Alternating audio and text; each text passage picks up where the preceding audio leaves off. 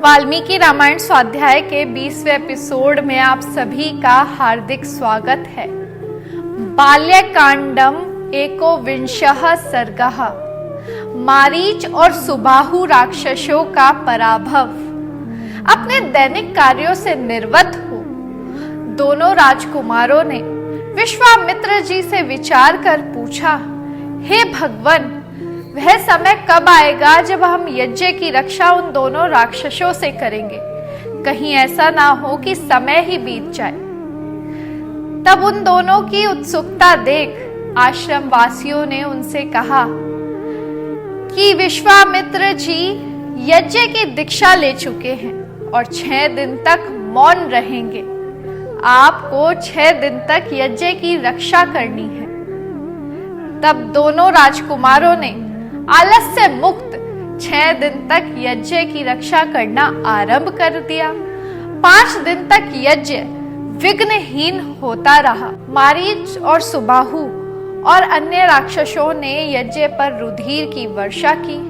उन राक्षसों को अपनी ओर आते देख भगवान श्री राम ने, कमल नेत्र श्री राम ने लक्ष्मण जी से कहा, हे लक्ष्मण, इन दुष्ट राक्षसों को देखो, इन मांस भक्षकों को देखो। मांस भक्षक मतलब जो मांस खाता है वो अत्यंत ही दुराचारी राक्षस होता है।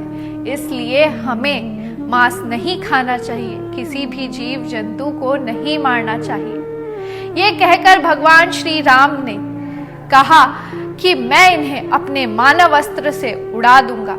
तब भगवान श्री राम ने अपना मानव अस्त्र निकाला और मारीच की छाती पर मारा। मारीच को भागते हुए देख भगवान श्री राम ने लक्ष्मण जी से कहा, अब मैं इन सभी राक्षसों को यहाँ से भगा दूंगा, इन्हें मार डालूंगा, इनका वध करूंगा।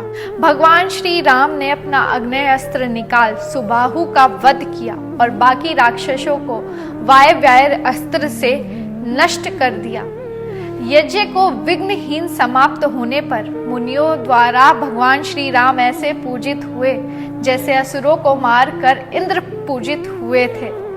विश्वामित्र जी राम जी से इतने प्रसन्न हुए, उन्होंने राम जी को आशीर्वाद दिया और बहुत प्रसन्न होकर कहा कि तुमने इस यज्ञ को विघ्नहीन समाप्त करवाया है।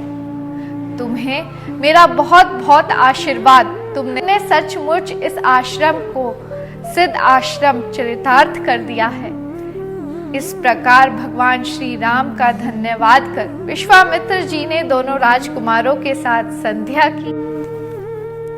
मित्रों, आज के सर्ग से हमें सीख मिलती है।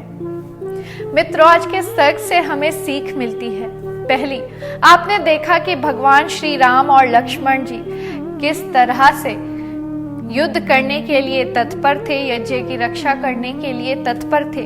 उनमें जरा भी आलस्य नहीं था। इसलिए मित्रों, हमें भी कभी आलस्य नहीं करना चाहिए। जो हमारा कार्य है उसे पूर्ण निष्ठा से करना चाहिए।